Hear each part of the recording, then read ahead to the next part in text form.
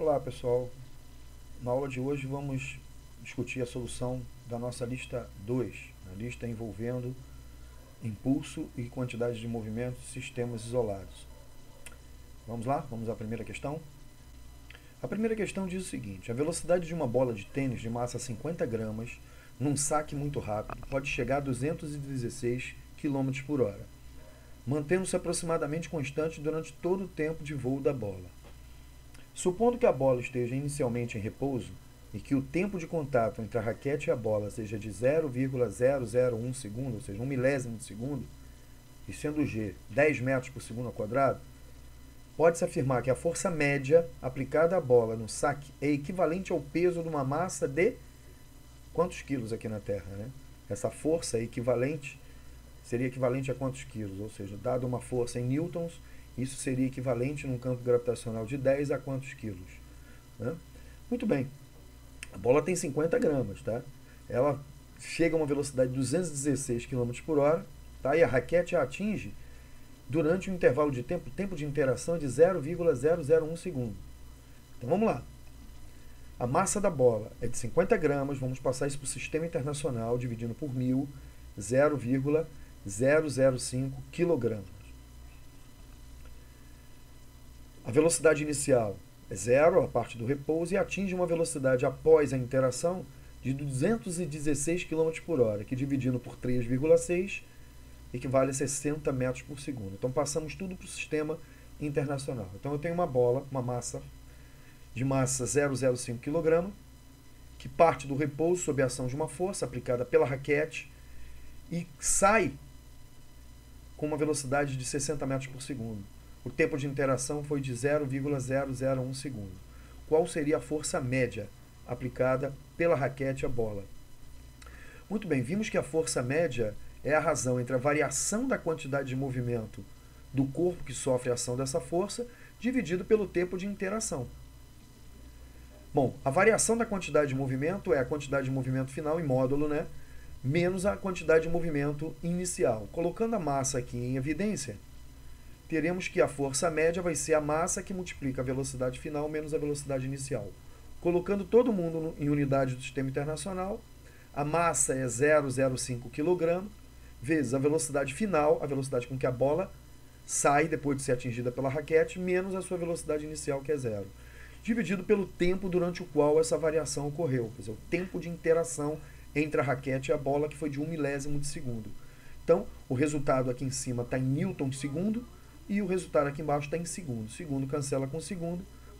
Fazendo a continha, teremos 3.000 newtons. Então, a raquete aplicou na bola, nesse intervalo de tempo, uma força média de 3.000 newtons. Né? Isso equivale na Terra, no caso, a uma massa de quantos quilos? Ou seja, a massa é o peso, equivalente a 3.000 newtons, dividido pelo G, que é 10. Então, isso equivale a 300 quilos de massa, quilogramas, né? Ou seja, se uma bola de tênis de 50 gramas atinge o seu rosto com uma velocidade de 216 km por hora e o seu rosto aplica uma força na bola e faz a bola parar em 1 milésimo de segundo, significa que a força trocada entre o seu rosto e a bola é de 3.000 newtons, ou seja, é como se essa bola chegasse no seu rosto com 300 quilos, 300 quilogramas. Então a resposta correta, letra B. Próxima questão. Beisebol é um esporte que envolve o arremesso com a mão de uma bola de 140 gramas de massa na direção de outro jogador que irá rebatê-la com um taco sólido. Considere que em um arremesso o módulo da velocidade da bola chegou a 162 km por hora, imediatamente após deixar a mão do arremessador. Sabendo que o tempo de contato entre a bola e a mão do jogador foi de 0,07 segundos, né, 7 centésimos de segundo, o módulo da força média aplicada na bola foi em newtons, quer dizer, uma questão parecida com a anterior. Então, a mão do jogador aplica na bola uma força média, de duração, a interação, o contato entre a mão do jogador e a bola foi de 7 centésimos de segundo, 0,07 segundo, né? Fez com que a bola saísse do repouso e deixasse a mão do jogador a 162 km por hora. Vamos lá. Massa da bola, 140 gramas. Passando para quilograma, dividindo por 1.000. 0,14 kg. A bola está inicialmente em repouso. E após a força aplicada pela mão do arremessador, ela sai com uma velocidade final de 162 km por hora, que equivale a 45 metros por segundo, dividindo por 3,6. O tempo de interação entre a mão do jogador e a bola foi de 7 centésimos de segundo, 0,07 segundos. Muito bem. A força média vai ser a razão entre o módulo da variação da quantidade de movimento da bola, dividido pelo tempo de interação entre a mão do jogador, do arremessador, e a bola.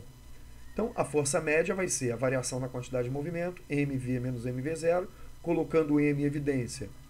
Vai ficar m que multiplica v menos v0, substituindo, a massa da bola é 0,14 kg, a velocidade final 45 metros por segundo, menos a velocidade inicial 0, dividido por 0,07.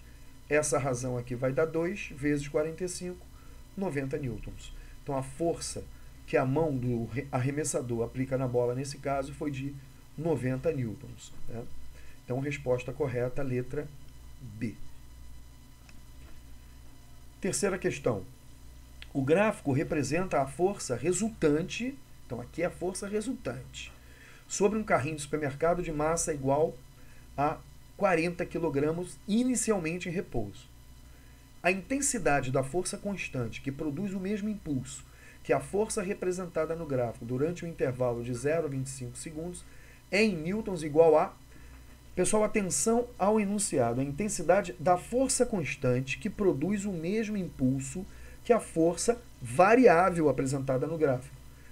Que força é essa? É a força média. Ou seja, a força média é aquela força que, se fosse constante no tempo todo, no caso aqui 25 segundos, ela produziria o mesmo impulso dessa força variável que aumenta, fica constante e depois diminui, no mesmo intervalo de tempo. Então, força constante que produz o mesmo impulso de uma força variável é a força média nesse intervalo de tempo. Muito bem, para eu produzir a força, para eu poder calcular a força média, eu preciso, como já vimos nos exercícios anteriores, do módulo da variação da quantidade de movimento. Mas como é que eu obtenho o módulo da variação da quantidade de movimento, se o único dado que eu tenho aqui é um gráfico força versus tempo? Vimos na teoria que, num gráfico força versus tempo, a área nos dá um impulso. Mas se essa força for a força resultante, a área vai nos dar o impulso resultante, que pelo teorema do impulso é igual à variação da quantidade de movimento. Então, olha que interessante. Se esse gráfico é da força resultante em função do tempo, a área é também numericamente igual ao valor da variação da quantidade de movimento. Então, vamos lá. O impulso resultante, porque aqui é força resultante, não é igual à variação da quantidade de movimento? Então, essa área não vai dar o impulso resultante, então essa área também vai dar a variação da quantidade de movimento.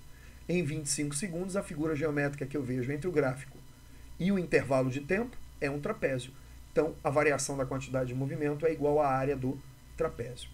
Como é que é a área do trapézio? Base maior, 25 segundos, mais base menor. Esse trecho aqui vai de 10 a 20. Então, vale 10 segundos. Então, base maior, 25, mais base menor, 10, vezes a altura, 30 newtons, dividido por 2. Fazendo essa continha, teremos 15 multiplicado por 35, que dá 525 newtons segundos. Essa foi a variação da quantidade de movimento dessa força variável. Muito bem. Qual seria a força média? É a variação da quantidade de movimento dividido pelo tempo. Ou seja, a força média vai ser a razão entre o módulo da variação da quantidade de movimento, que é 525 newtons segundos, dividido pelo tempo durante o qual essa força média atuou, 25 segundos. 525 dividido por 25 dá 21 newtons. Ou seja, se tivéssemos uma força constante de 21 newtons atuando durante 25 segundos, também produziríamos um impulso de 525 newtons segundos. Então, a força média, portanto, é de 21 newtons. Beleza. Próxima questão. Em um teste de colisão, um automóvel de 1.500 kg colide frontalmente com uma parede de tijolos. A velocidade do automóvel anterior ao impacto era de 15 metros por segundo. Imediatamente após o impacto, o veículo é jogado no sentido contrário ao do movimento inicial, com velocidade de 3 metros por segundo. É aquela historinha que inaugurou o nosso estudo de quantidade de movimento. Né? Se a colisão teve uma duração de 0,15 segundos, a força média exercida sobre o automóvel durante a colisão foi de quanto? Muito bem. Mais uma vez, para eu obter o valor da força média, eu preciso do módulo da variação da quantidade de movimento. Esse é um problema de ida e volta. Ou seja, o vetor quantidade de movimento tem uma direção, em um sentido inicial, e uma quantidade de movimento final, de mesma direção e sentido contrário. Então vamos lá. Então a massa do veículo é de 1.500 kg, a velocidade inicial é de 15 metros por segundo e a velocidade de recuo é de 3 metros por segundo. A interação com o muro durou 0,15 segundos. Então essa variação ocorreu nesse intervalo de tempo. Então vamos lá. A quantidade de movimento inicial é representada por um vetor horizontal para a direita, Q0, que é igual a mv0. A quantidade de movimento final é a mesma massa, né, multiplicada pela velocidade final. Então, Q é igual a mv. Então, repara que os vetores têm direções iguais, porém em sentidos opostos. Então, eu preciso do ΔQ, que é o Q final menos o Q inicial. Como é que aprendemos a subtrair vetores? Primeiro, colocamos os dois vetores com a mesma origem. Olha lá. O Q, que é para a esquerda, com a mesma origem do Q0, que é para a direita. Depois, fazemos a ligação entre a ponta do vetor inicial até a ponta do vetor final. Então, esse vetor azul aqui representa o módulo da variação da quantidade de movimento. Cheguei com uma quantidade de movimento Q0 para a direita, voltei com uma quantidade de movimento Q para a esquerda. Então, a variação é para a esquerda e o módulo dela, pode ver que o vetor azul tem um tamanho. O módulo dele é a soma do tamanho dos dois vetores vermelhos. Então, o módulo da quantidade de movimento vai ser o módulo da quantidade de movimento final mais o módulo da quantidade de movimento inicial, porque a variação da quantidade de movimento ocorre entre vetores de mesma direção e sentidos opostos. Então, vamos lá.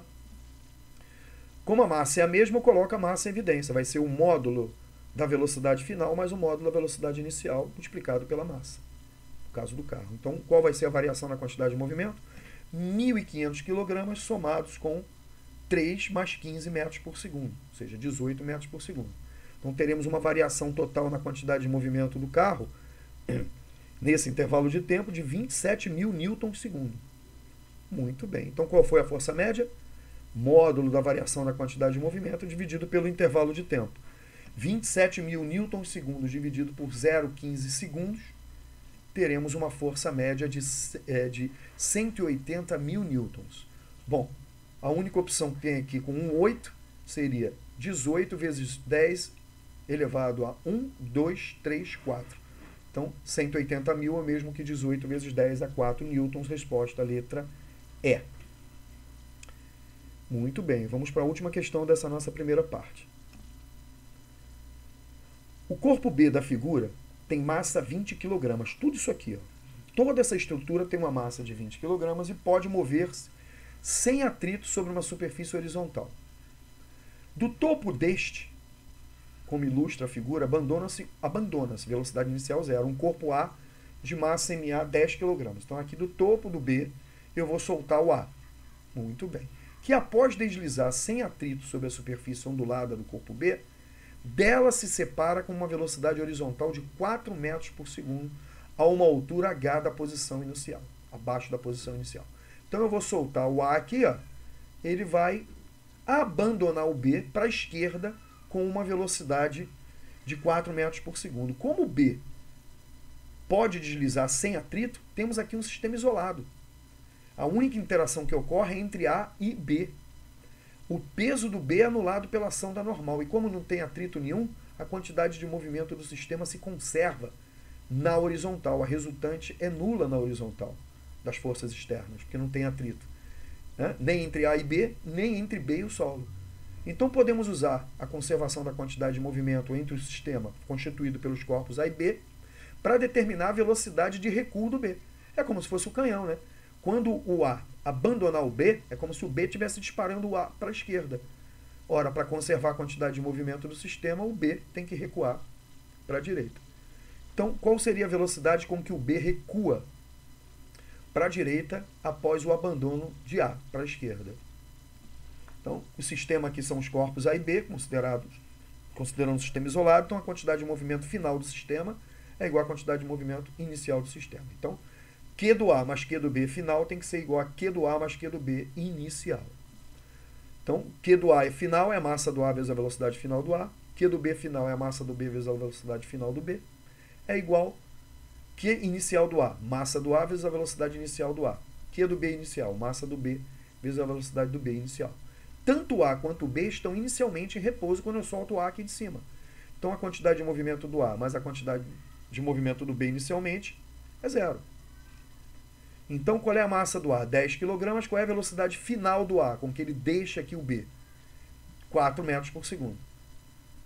Mais a massa do B, 20, vezes a velocidade final do B, que eu quero saber. Então,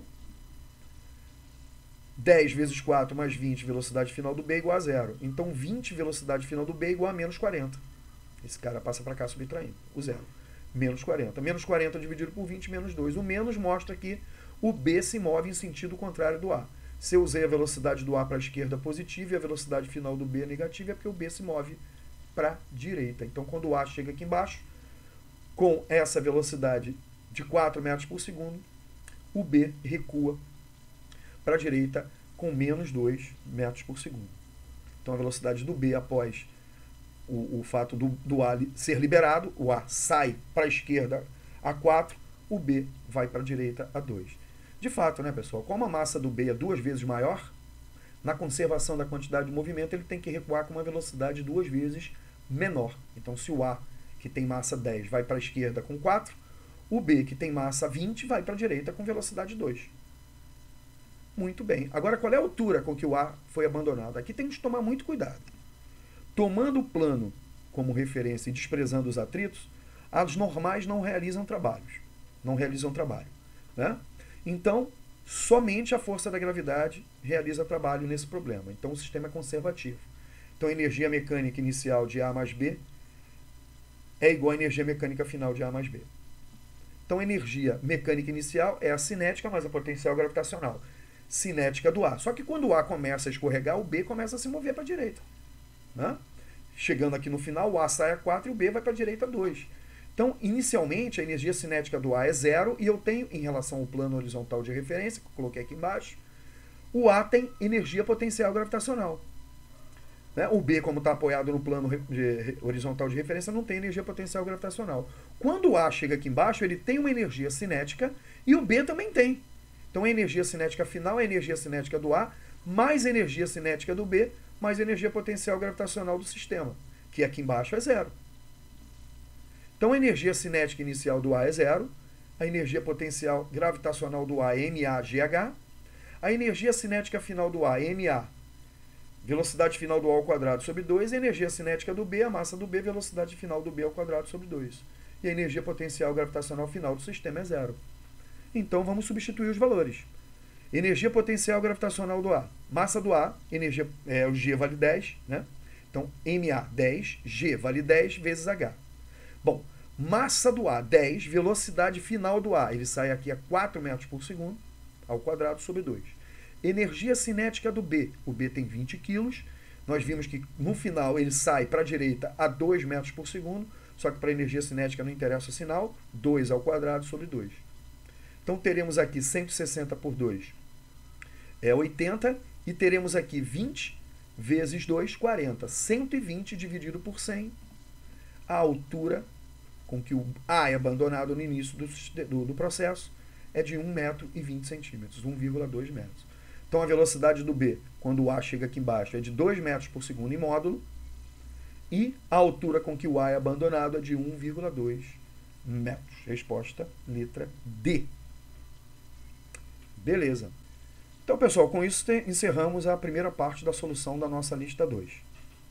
Até a próxima com a parte 2 da solução da lista 2. Um abraço.